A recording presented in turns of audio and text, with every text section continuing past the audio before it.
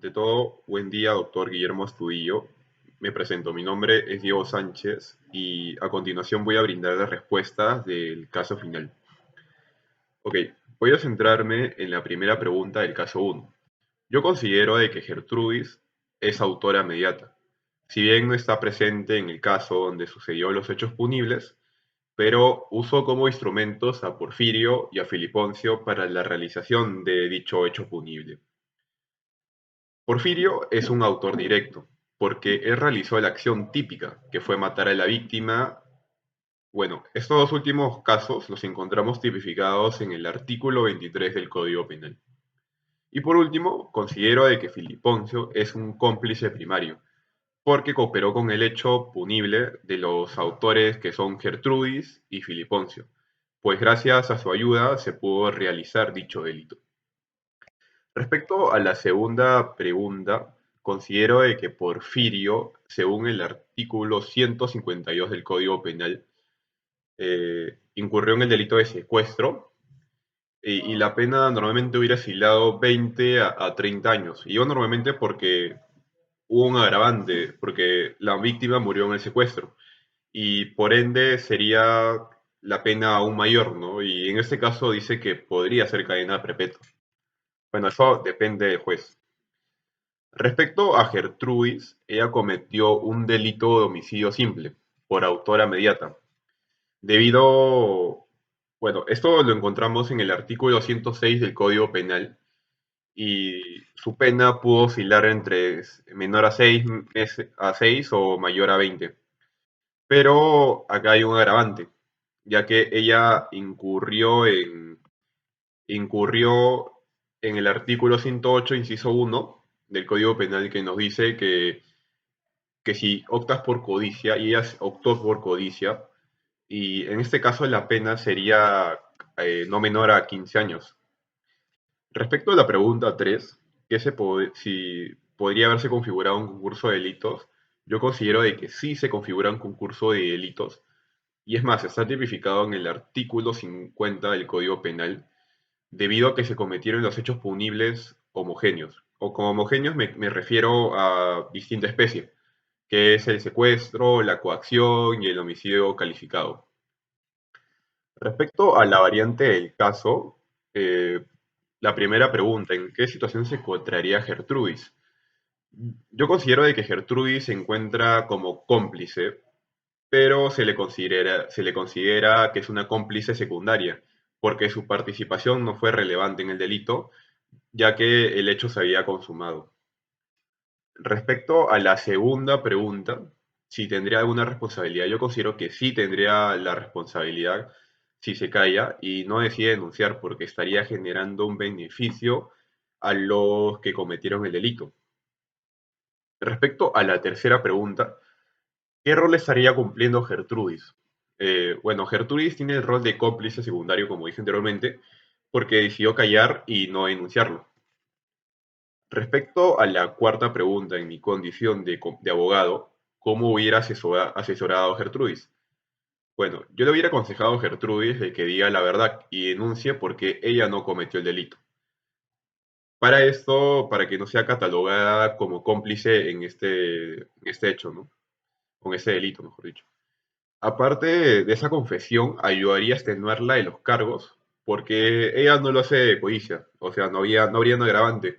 Y esto lo aplica en el caso, ya que se casaron por patrimonios separados, como especifica en el caso, ¿no?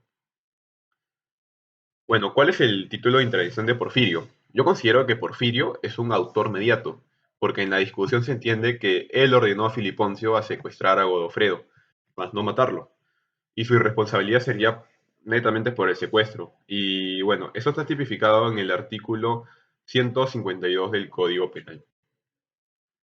¿Cuál es la intervención de Filiponcio?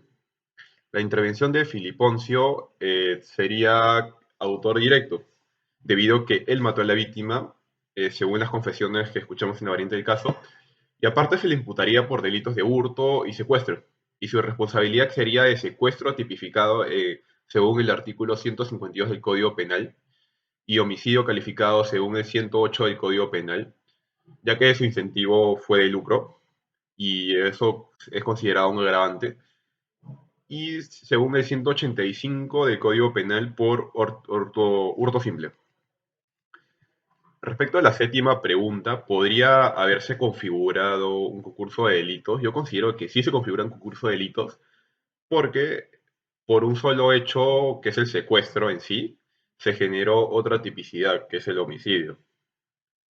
Bueno, ahora voy a pasar al caso 2 respondiendo la primera pregunta. Si existe una responsabilidad entre Jorge y sus amigos. Primeramente considero de que Jorge no tiene responsabilidad penal, porque no cometió ningún daño psicológico, físico o verbal a Valentina. La actitud de Jorge en sí no va en contra del ordenamiento eh, y no ha realizado un hecho típicamente jurídico, antijurídico. Y bueno, en el caso de sus amigos tampoco tendrían responsabilidad penal. Respecto a la segunda pregunta, yo considero de que Jorge no cometió ningún delito. En los casos de sus amigos, Omar y Miguel cometieron el delito que es conducir bajo el estado de ebriedad. Y eso está tipificado en el artículo 274 del Código Penal. Y serían autores directos porque estaban en el volante. Bueno, en el caso de los padres de Valentina, no se llegó a consumir ningún delito, ya que no se dio el aborto por problemas de energía.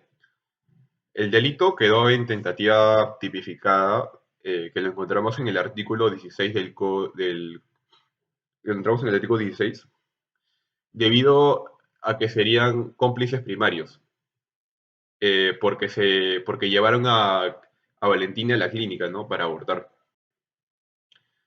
Bueno, respecto a la tercera pregunta, yo creo que se encuentra en un agravante en la actitud de los padres porque pusieron el peligro a su hija. Y esta tiene un vínculo de parentesco con ellos. Entonces sería la pena menor de 2 años y mayor a 4 años, tipificado en el artículo 128 del Código Penal.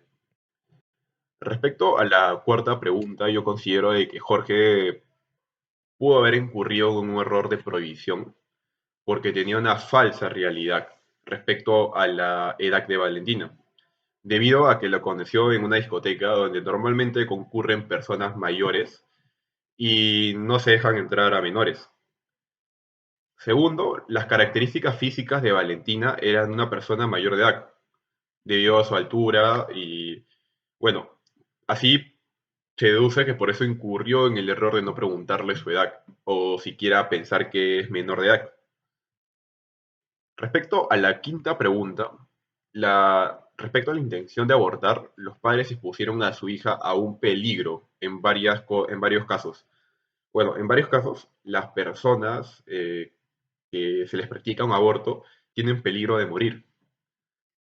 Y esto está tipificado en el artículo 128 del Código Penal, ya que expusieron a su hija es que expusieron la vida de su hija, que estaba bajo su autoridad porque era menor de edad y tenían aparte un lazo de parentesco, que se quedan sus padres. Y bueno, los hechos fueron en tentativa inacabada porque no se realizó el aborto obligado, ¿no? Y respecto a la última pregunta, considero de que no se le debe imputar ninguna conducta penal a Jorge, porque para que se le dé la imputación objetiva, no solo debe darse el acto de imprudencia, sino también debe darse el resultado de esta. Sin embargo, Jorge nunca lastimó a Valentina. Y eso se puede comprobar por las pruebas a realizar y la versión de Valentina. Bueno, muchas gracias.